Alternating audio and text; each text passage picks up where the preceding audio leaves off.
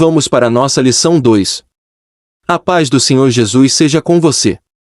Você está em nosso canal TV Meja.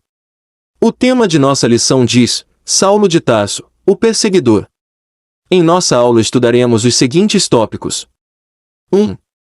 Saulo de Tarso, o perseguidor implacável. 2. A perseguição contra a Igreja de Cristo. 3.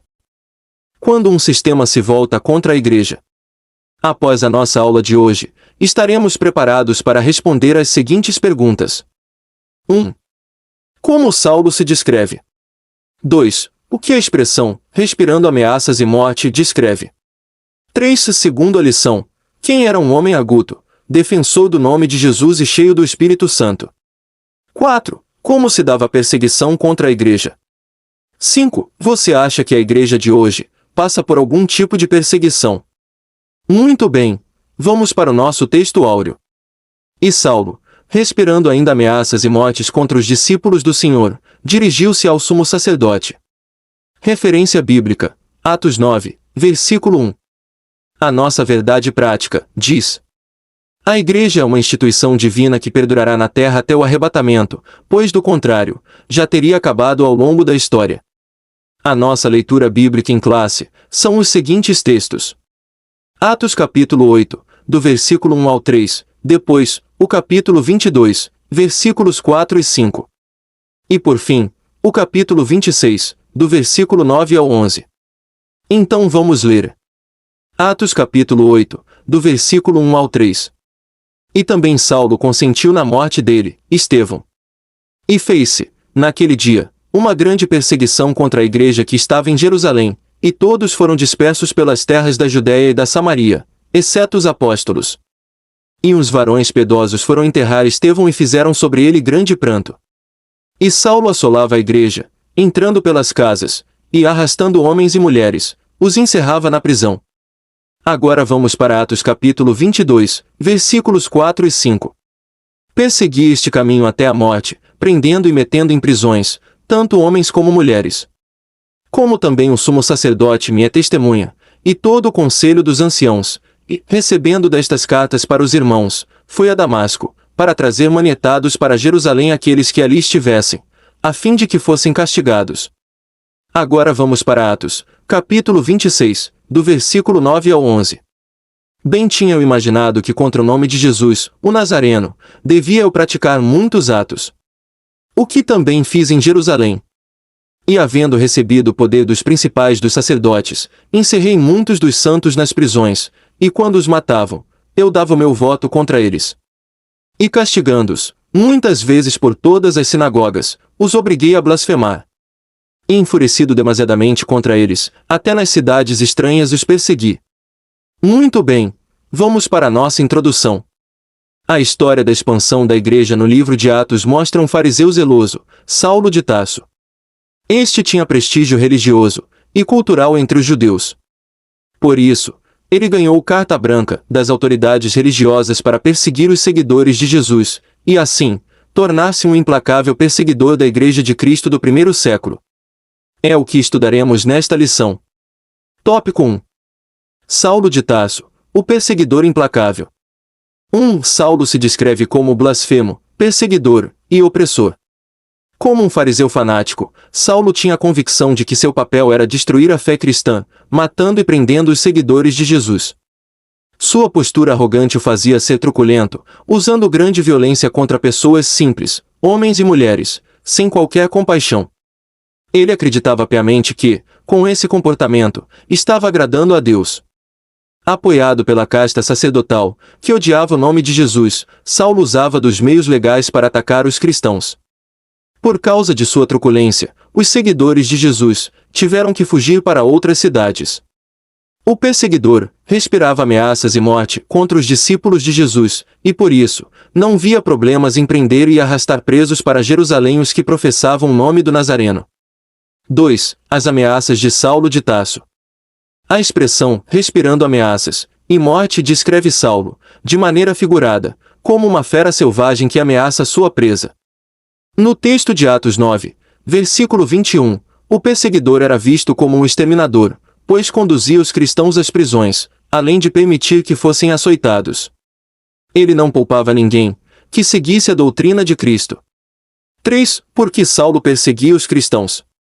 Os motivos que levaram Saulo a se tornar um perseguidor inclemente contra os seguidores de Cristo eram o zelo destrutivo pela Torá e o suposto fato religioso de que Jesus talvez fosse um blasfemo. Para Saulo, o anúncio de que um crucificado pudesse ser o Messias prometido pelos profetas do Antigo Testamento era um escândalo. Ora, quem fosse suspenso no madeiro, ou seja, a cruz, de acordo com a lei, estava sob a maldição divina. Conforme Deuteronômio, capítulo 21, versículo 23. Por isso, Nosso Senhor não passava de um blasfemo para Saulo. Mais tarde, por ocasião de sua conversão, ele descobre que Cristo assumiu a maldição da lei, e por isso, nos livrou dessa maldição. Tópico 2. A perseguição contra a Igreja de Cristo. 1. Contra os seguidores de Jesus. A perseguição de Saulo contra Jesus era uma perseguição contra a Igreja, o corpo de Cristo, uma instituição divina. Ao passo que ele respirava ameaças e morte contra os seguidores de Cristo, sua intenção era acabar de vez com a Igreja. Ao atacá-la, Saulo atingiu as pessoas que representavam Cristo, dentre as quais havia um homem agudo, defensor do nome de Jesus, e cheio do Espírito Santo, cujo nome era Estevão. Mas se por um lado eles mataram Estevão, por outro, potencializaram a mensagem do primeiro mártir da Igreja. 2. Saulo de Tarso e Estevão. Se por um lado Saulo era um erudito que chamava atenção, devido à sua cultura judaica, greco-romana, e autoridade na Torá, Estevão era um erudito do judaísmo, com uma grande capacidade do espírito para confrontar ideias contrárias aos ensinos de Jesus. O primeiro mártir da Igreja era um homem cheio do Espírito Santo, conhecedor profundo da história de seu povo e da teologia judaica. Por isso, quando apontava para Jesus Cristo como o clímax da revelação redentora para o mundo, o fazia com autoridade. O discurso inflamado de Saulo, e respaldado pelos oponentes dos seguidores de Jesus, deparou-se com outro discurso, mas este proveniente da sabedoria do Espírito. Essa autoridade espiritual de Estevão atraiu a ira dos inimigos de Cristo. Por isso, com o pleno consentimento de Saulo, eles o apedrejaram até a morte.